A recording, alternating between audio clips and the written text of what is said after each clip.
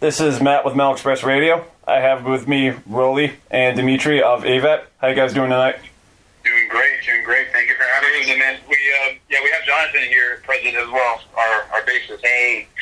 All right, Jonathan on board as well. First question I have for you guys. I know you guys started around 2015 down in Miami, Florida. How did the formation of the band come about?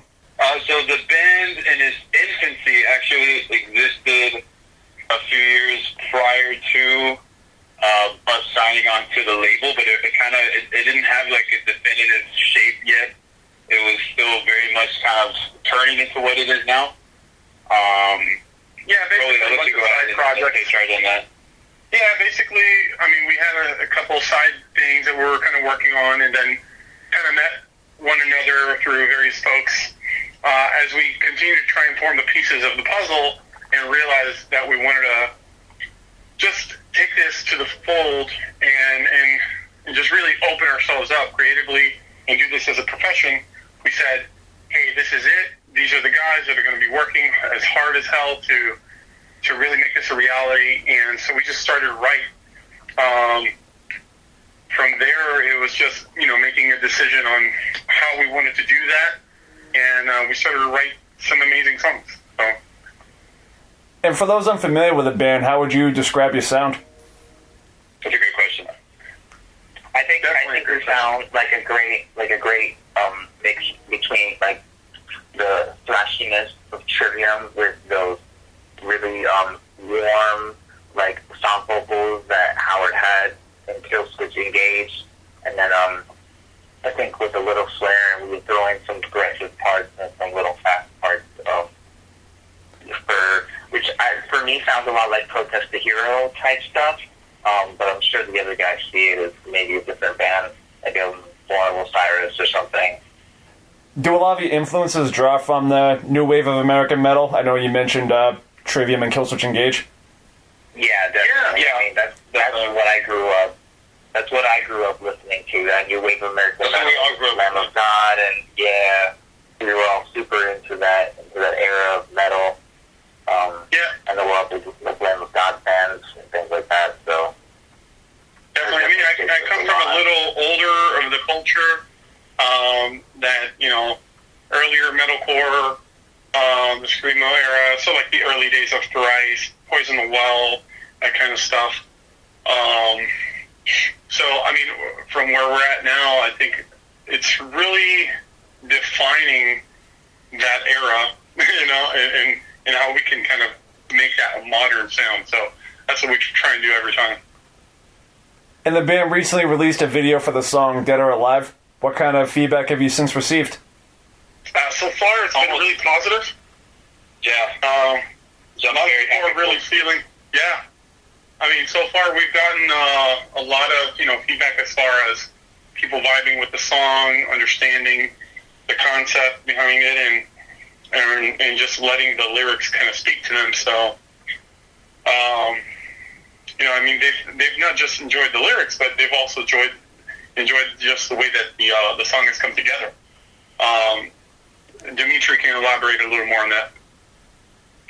Yeah, so I mean, when it comes to releasing a song, right, no matter what genre, no matter who you are, like, you're always going to have people that don't like it, right? It's just like the nature of the business. You literally cannot please everyone, and that's why different genres of music exist.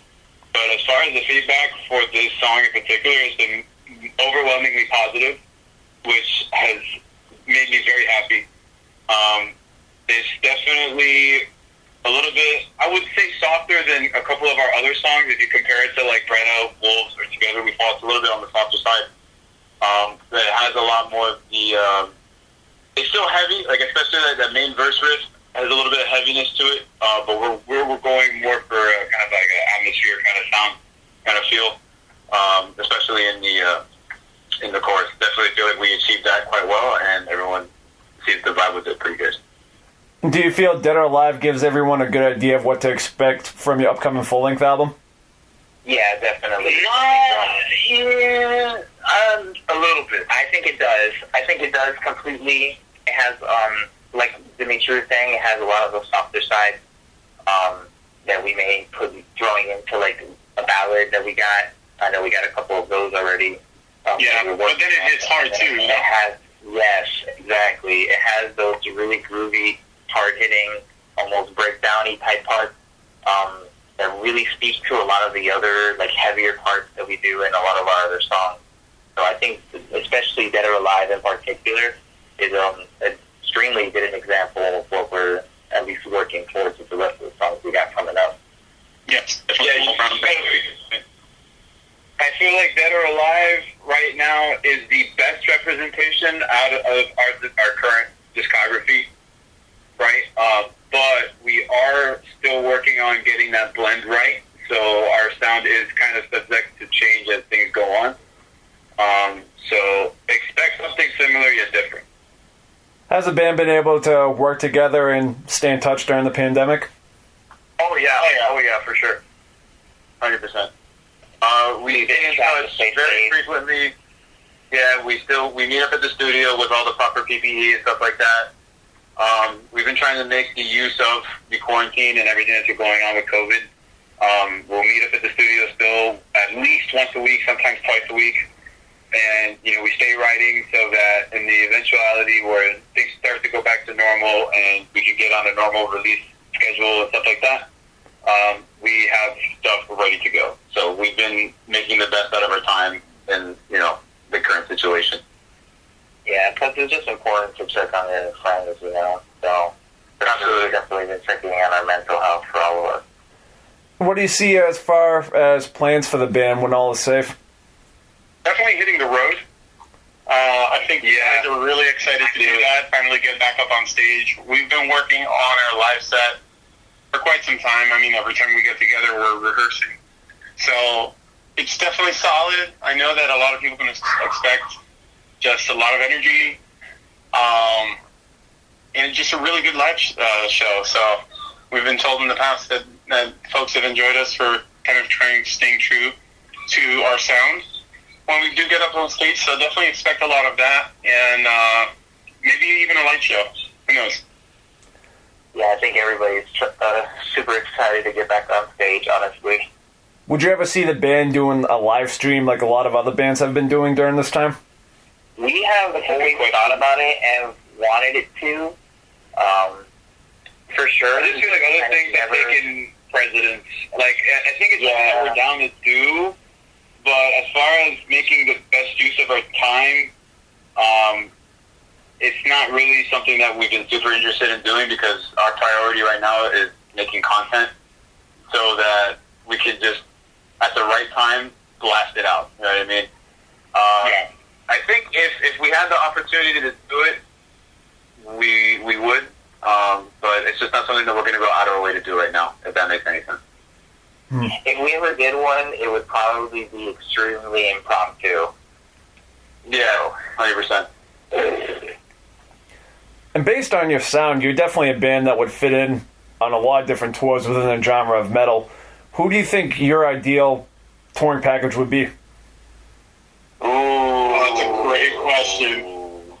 Wow. Killswitch headlining for sure. I would love to play it. I want to say Avenged Sevenfold. My dream would be to play at Knotfest. A Knotfest showing would be really awesome. Any of the... I mean, there's so many, because all these bands are still heroes of ours, so anyone like Trivium or Metallica would be a dream. Oh, yeah. I mean, if that's even possible. And then, even going to all these other smaller, bigger tours would be awesome. And being fairly new, what are your hopes for the band just down in the future? Basically, kind of what we just talked about right now. Yeah, we want to tour the world, man. We want to tour the world and get our music and play our music to as many people as we possibly can, and try and share our music with anybody who will listen. So for sure, we want to, ride the airwaves and conquer the world. I always like to say thank you to everybody who's listening to this song, and thank you also for having us on. For sure, I mean, the support that we get means a lot to us, honestly. Yeah, definitely we want to say thank you for the interview, and we want to say thank you to all the fans who have actually paying attention and listening to us while we've been trying to stay busy during the craziness of Corona and everything that's been going on in 2020. I think we and a couple of other bands that are trying to make it at this time, we are assigned the monumental task of figuring out how to make it happen post-Rona. Like, this is going to be a huge monumental reform of the music industry, I feel like. And, just wish us the best of luck while we try to figure it out. And but it's not going to stop us. We're going to keep doing what we're doing, and we'll continue to problem solve and try to reach you guys in any way, shape, or form we can. Absolutely. And, we just want to invite everybody to follow us on social media. It's at AVAT Music on Facebook. It's on Instagram. You name it. You can find us there. You can also listen to our songs on Spotify, Deezer, and Apple Music. And don't be shy. Make sure you guys are sending us messages and leaving comments. We'd love to interact with everybody.